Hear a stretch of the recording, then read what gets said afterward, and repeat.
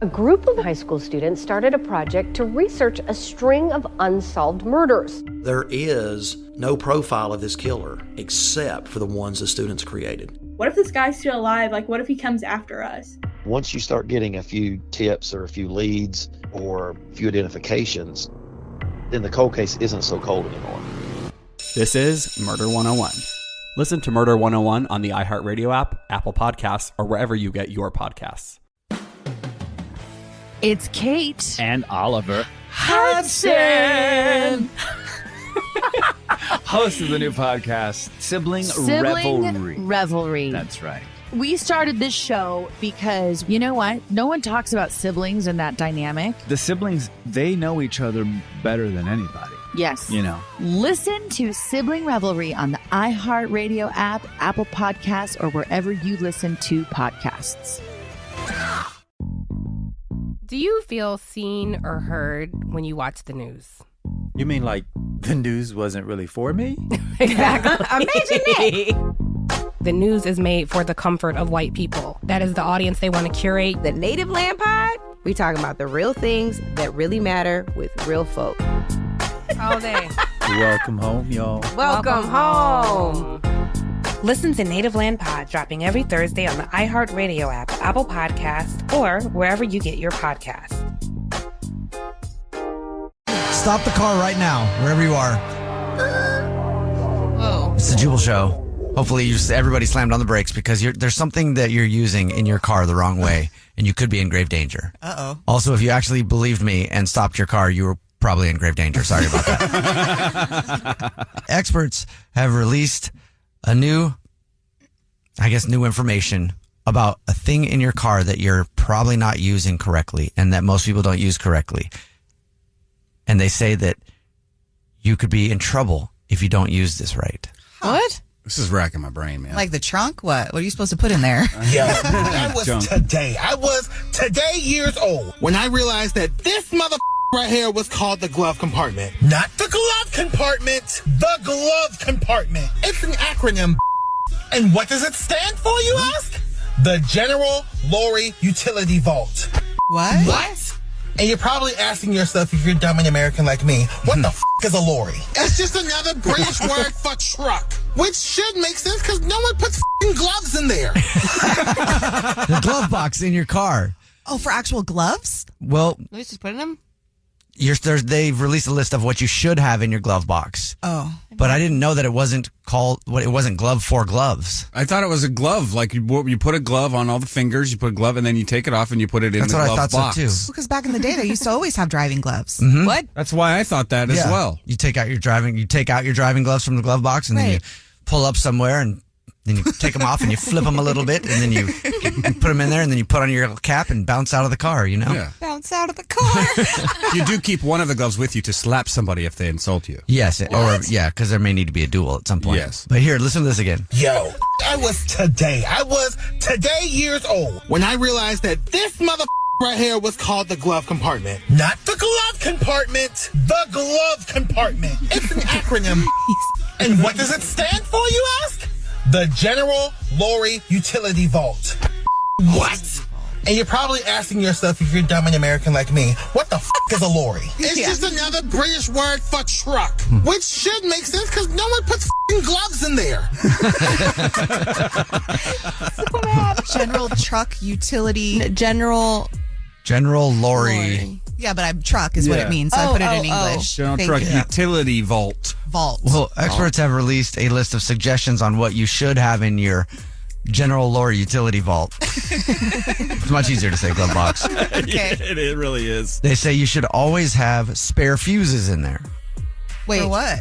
Fuse. It said it's good to have backups in case a fuse blows while you're on the road. What's a fuse used for? Well, thank you. Okay, you laugh, but somebody better tell me. Here we are. Yeah, exactly. So inside, if you open up your hood, there's a little box in there, and it's got a bunch of fuses in it, and those control various things, like the lights on your dash, and the lights here, and the electronics from computer A to computer B, and all the other stuff. So you can have spares in there in your glove box, which I'm not using my glove box like it's 1985. I got a cell phone now. I can call a mechanic on the road. AAA, baby. Yeah. I I've never seen that fuse box that you're talking about. And I've looked under my hood. I doubt that. They also say that you should keep a multi-tool, like a Swiss Army knife. That includes pliers, a screwdriver, and a small knife on it at all times in your glove box. That could be dangerous. Yeah. And get you in trouble. Depending on which cop pulls you over. Pen and paper. Yeah, that's legit. Always something that you should have in your glove box. An unreasonable amount of times lately, I've needed a pen and paper in the car. Really? Do you have a pen and paper in the car, Producer Brad? No. I never do, and I need it sometimes, and I'm like, I thought I had one in here. And then I don't have it. I don't even know where. Like, it's just really frustrating. I should always keep a pen and paper in the car. Well, I agree always with that one. Like, on the side, that little side spot that's like where you throw trash and stuff. I was going to say, it's my trash can. That's right. It's a trash can. Yeah, I usually keep pens there. Probably used for something else, but I call it a trash can too. What's a prepper gal keep in her glove box? I'm a snacker. Reusable cutlery in a cute little case. And for any friends I might have along for the ride. Napkins and a straw. Floss, Lactaid, shout wipes, Tylenol at the ready. Midol for that specialty time of the month. Paper and writing utensils. How big is her glove box? Huge glove box on this one. This pen's a little special because it's also a multi-tool. Flashlight, a window breaker, screwdriver, whistle, and can opener. Swiss Army knife, regular knife, flashlight, tape measure in case I'm shopping or running errands, and a travel John urine bag in case you gotta go and you can't go. Holy crap, was that girl a Boy Scout? She's got everything. She like Marie Kondo'd her glove box to make it all fit in there. Always in my door, window spike, seatbelt, cutter, flashlight. To my right, personal alarm, change for a meter, car water bottle, first water bottle. My beauty tip of the day, I always drive with fishing gloves. Great grip, free tips, wrinkle-free hands. My passenger side seat has a quick grab bag. I conceal it with a stinky old sweatshirt. Not like anyone's looking to break into the box. Ta-da! In case you got an important meeting. Hand sanitizer, because everybody's gross. Bug spray, because I love a good picnic. Hand lotion, phone charger, pen, wet wipes, Kleenex and scissors, floss, and a purse holder in case I'm going to a restaurant. Someone needs to join me? No problem. What do you keep in your glove box? Not all that. I don't That know is the most prepared person on the planet. Does it really fit in her glove box? Because back in the day, it used to be called a hoochie bag, but not that. But I just edited it. And you'd have it in your trunk. So how do you fit that in your glove box? What do you mean, like the clothes and stuff? Yeah. I have no idea. That's pretty amazing. I'm flabbergasted by the amount of things she puts in there, but also I will say, please do get a window breaker and a seatbelt cutter and put it in your glove box. I do have one of those. That's a really good idea. And then every once in a while, just for fun, use it on your car. Yeah, or someone else. Meanwhile, I was impressed by the floss and the wet wipes, but that's cool. When's the last time you guys looked in your glove box? I keep napkins. Only napkins in there. Yeah. Napkins and my insurance. you. That's it. Victoria, what do you keep in your glove box? Same thing. Napkins. Napkin holder. I have a few granola bars in case I get hungry while I'm driving and there's a lot of traffic. I think that's it. I don't even have a water bottle. I need to put a water bottle in there. Oh, I need to put my insurance in there. Yeah, they say your proof of insurance or registration. We're going over a list of what experts say you should have in your glove box at all times. A tire pressure gauge, your vehicle's manual, and a flashlight. Well, I think that's in there. I think the manual is in there by but default. who's going to read the manual? I don't know, but it's there in case. I don't see anyone reading their manual. I'm sorry. Have you ever read a car manual that you've gotten when you've gotten a car? I've flipped through it. Yeah. She looked at the pictures. I hire somebody that knows how to do that. Yeah, I've never looked at the manual either. You can make a face, but that's the one thing I didn't decide to be an expert in. No, I feel like the outcast. I read the manual. What? I've read the manual of every car I've had. Are you serious? That's how I know how to change things on my steering wheel and stuff. Oh, that's kind of cool. He also will read the manual on anything that gets delivered to his house. Oh, it's a new spoon. It came with a manual. I will read this. I don't think I've ever read a manual on anything. That explains a lot. Yeah, that does explain a lot. He's a DIY king, but Also getting flashbacks from being a kid being like, take a minute and read the instructions. You're like, you can't just open it and play with it right away. You got to figure it out. Read the instructions. Maybe that's why I don't read manuals very much. You don't have enough money. Okay. Right here. It says right here in this account we have $401,000. Jackpot. You missed it. Nope. That says you have a 401k account. It's time for America's favorite trivia game, You versus Victoria. Your chance to take on our own Victoria Ramirez in a game of trivia to see who gets to walk around all day popping their collar being like, I'm the king of the trivia world, suckers. Yeah. And Also, tickets to see Nicki Minaj. And let's meet today's contestant for you versus Victoria, Kelly. What's up, Kelly? Good morning. Good morning. How are you? Hi, studio. Hi. Kelly. I like you already, yeah. Are you ready to take on Victoria? I am ready. Let's rumble. Okay. Put you in my pocket. I'm going to send Victoria. Yeah, I know. Kelly, you have a lot of energy this morning. I like that about you. Do you always have this much energy or in the morning? I'm pumped up, Jubal. I just stay this way all day. There you go. Stay pumped up. You ain't got to get pumped up. You know what I mean? All right. Victoria's leaving the studio. And Kelly, the game is played like this. You have 30 seconds to answer as many questions as possible. If you don't know one, just say pass. And Victoria has to beat you outright to win. And the door is closed. She's outside. Here we go. Kelly, your time starts now. What city served as the temporary capital of the United States? Austin, Texas. Who discovered the land we now call the United States of America? Christopher Columbus. What year did music artist Harry Styles first appear on X Factor? 2008. What part of the body do dogs sweat from? Their paws. On a highway, what does HOV stand for? Human over. Oh gosh, I don't even know. Pass. That was a good effort. It was a good try, though. We'll bring Victoria back into the studio. So, Kelly, other than being pumped up all the time, what would you like the world to know about you? I want world peace. I want kids to have food, and I think we should just be kind to each other. Yeah. I would agree with you 100%. You know what's weird, Kelly? Is there are literally people out there when you said that, like, nope. Why would anybody disagree with that? But they do. Some people. Me. They need a cookie and a hug. Yeah, they do, yeah. They do need a cookie and a hug. And the next time I encounter one of those people, be like, bro, you just need, here's a cookie. Come give me a hug. Yeah. Honestly, that would change somebody's life. Here's a cookie and a hug. Now go away. Get out of my face. Sweeten up, hotness. All right, Victoria's back in studio with her headphones on. Victoria, here we go. 30 seconds to answer as many Good luck, questions Victoria. as possible. Thanks, Kelly. Ever. If you don't know one, just say pass. And you have to beat Kelly outright to win. I hope you lose, Vic. What? Well, Kelly's so cool. I don't really have Your time starts now. Oh, what city served as the temporary capital of the United States? Austin. Who discovered the land we now call the United States of America? The people. What year did music artist Harry Styles first appear on X Factor? 10. No. 16. I'll go 12. What part of the body do dogs sweat from? Their face? On a highway, what does HOV stand for? Humbling on vehicles. Okay. Oh, no, wait, I want another one. I was thinking. All right, time is up. Let's send it on over to the scoreboard and see how you guys did with our scoreboard producer, Brett. Kick-ass Kelly, you got one correct. Congratulations. Victoria got 0. Thank you. Kelly, you did it. Really? You beat Victoria. I can't believe it. We can.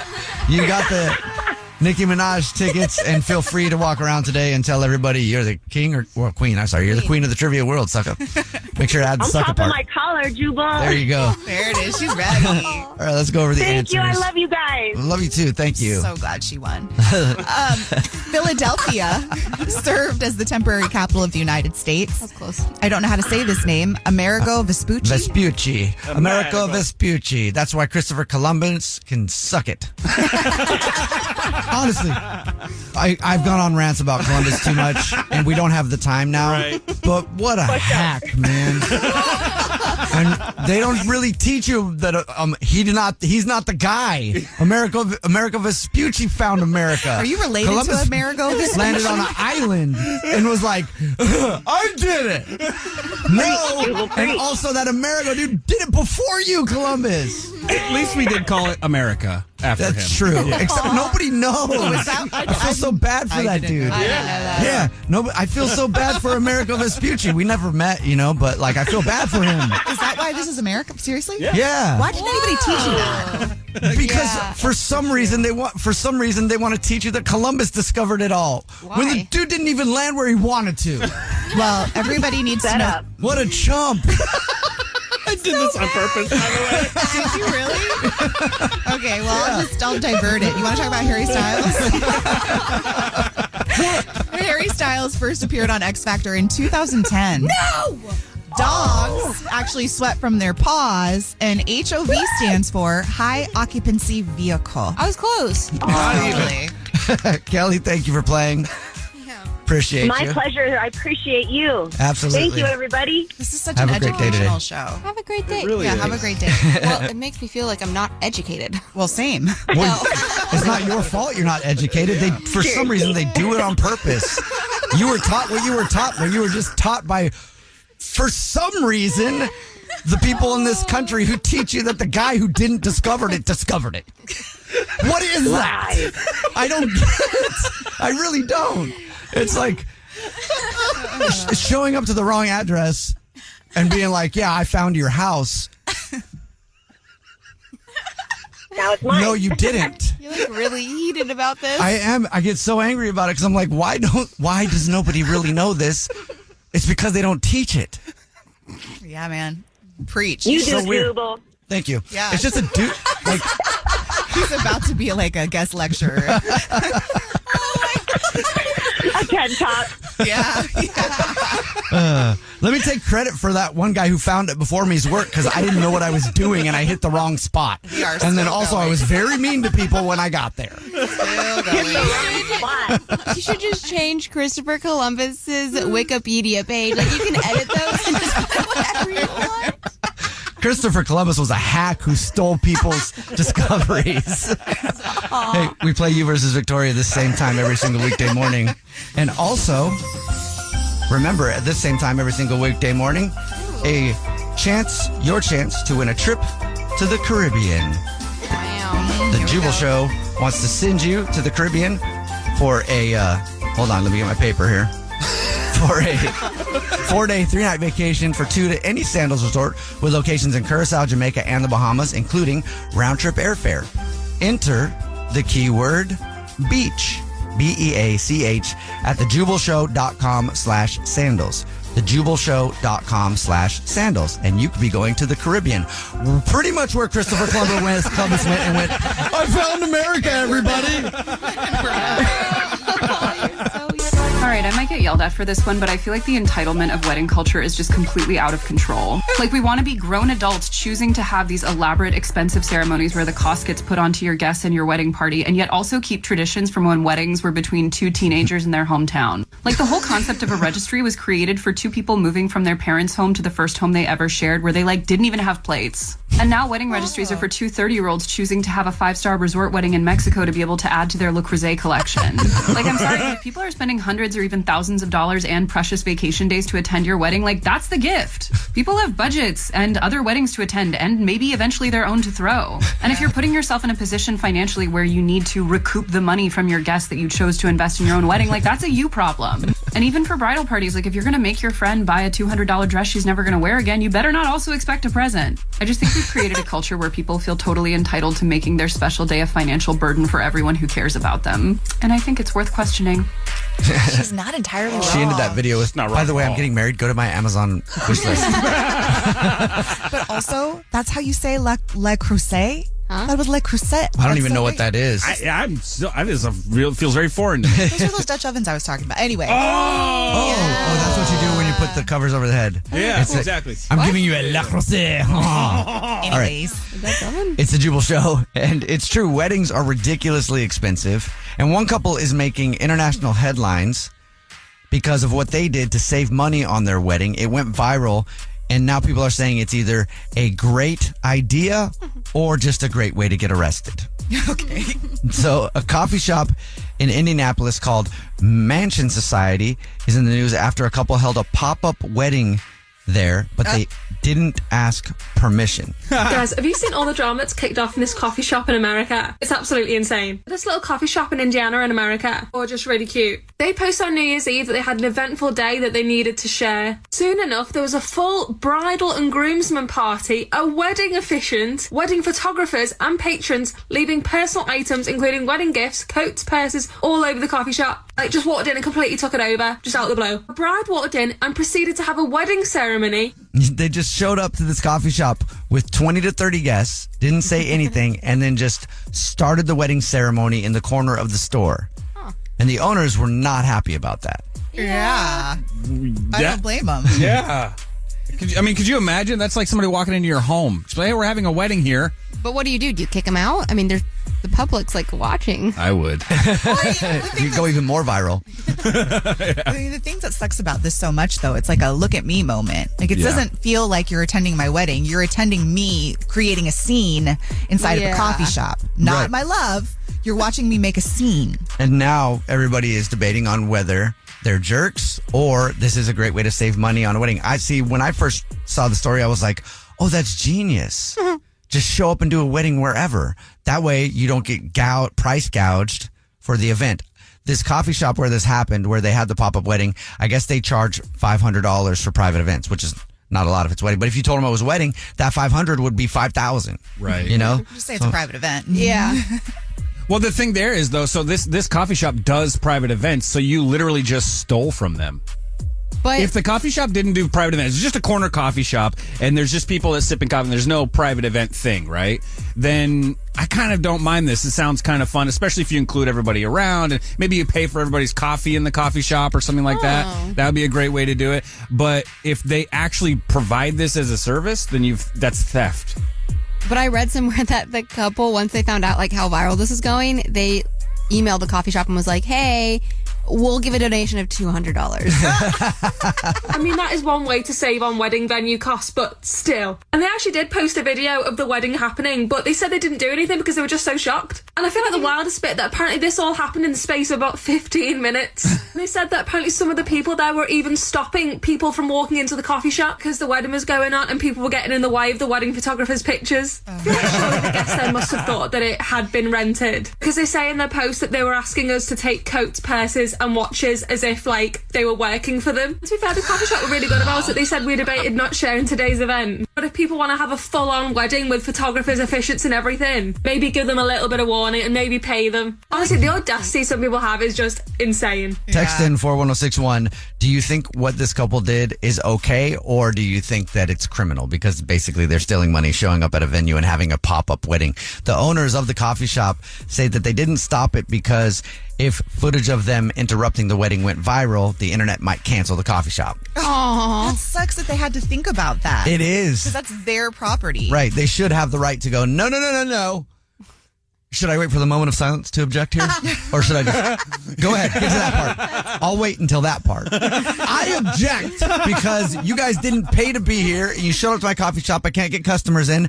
This is a big no-no. Leave my facility, please. However, if you think about it, the coffee shop is coming up out of this story, because we're talking about this mansion coffee shop in Indianapolis that nobody's heard of until now. So if you're in Indianapolis, I don't know, you're probably like, hey, let's go to that coffee shop where that wedding was, because it must be a beautiful place if you're going to have a wedding there. That's true. Right. Coffee shop is winning. And if they were smart, which maybe they've done, they would post online and be like, hey, we're the best wedding venue in the world. Look, people are having pop-up weddings here. You can also come have have a wedding here. No, it'll cost you $50,000 now. Don't say I do to the triple grande whatever. Oh man, the audacity. Gosh, I love that word, because those people had some serious audacity. Well, this is just like, I follow this thing on social called Main Character, and it's basically people just having all sorts of disregard for everybody else around them and being the main character in everybody else's life, not just their own. Yeah. And it's this behavior that I think is, honestly, I hate it. You sound so annoyed. I am so annoyed by this. Like, you have no respect for anybody. you think you getting your video, you getting your picture is the most important thing, like, right, forget about it. Yeah. You're probably going to get divorced anyway. Half people do. Okay. Damn. Well, that's why I was saying hearing what they did could save you money on your next wedding, because most people do, right? So, and your next wedding, if you get divorced in your next wedding, I think the next wedding is usually pretty easy. Anybody that I've known that has gotten divorced and they have another wedding, it's always like, yeah, I mean, who knows? We're just going to go to the courtance. Well, it depends on who you marry, because if it's that person's first wedding, no, excuse me, we're having a wedding. Says the girl who's dated divorced men. And wants that wedding. A group of high school students started a project to research a string of unsolved murders. There is no profile of this killer except for the ones the students created. What if this guy's still alive? Like, what if he comes after us? Once you start getting a few tips or a few leads or a few identifications, then the cold case isn't so cold anymore. This is Murder 101. Listen to Murder 101 on the iHeartRadio app, Apple Podcasts, or wherever you get your podcasts. Discover the heartwarming and hilarious world of sibling connections on Sibling Revelry with Kate Hudson and Oliver Hudson. Dive into family tales, explore the human mind, and laugh with guests like Joel and Benji Madden. It's more than a podcast, it's a celebration of the ties that bind us. And it's fun because we've decided to open it up to really like all kinds of different siblings. And it's going to be an awesome season. Listen to Sibling Revelry with Kate Hudson and Oliver Hudson on the iHeartRadio app, Apple Podcasts, or wherever you get your podcasts. Do you feel seen or heard when you watch the news? You mean like the news wasn't really for me? Exactly. Imagine that. The news is made for the comfort of white people. That is the audience they want to curate. The Native Land Pod, we talking about the real things that really matter with real folk. All day. Welcome home, y'all. Welcome home. Listen to Native Land Pod dropping every Thursday on the iHeartRadio app, Apple Podcasts, or wherever you get your podcasts.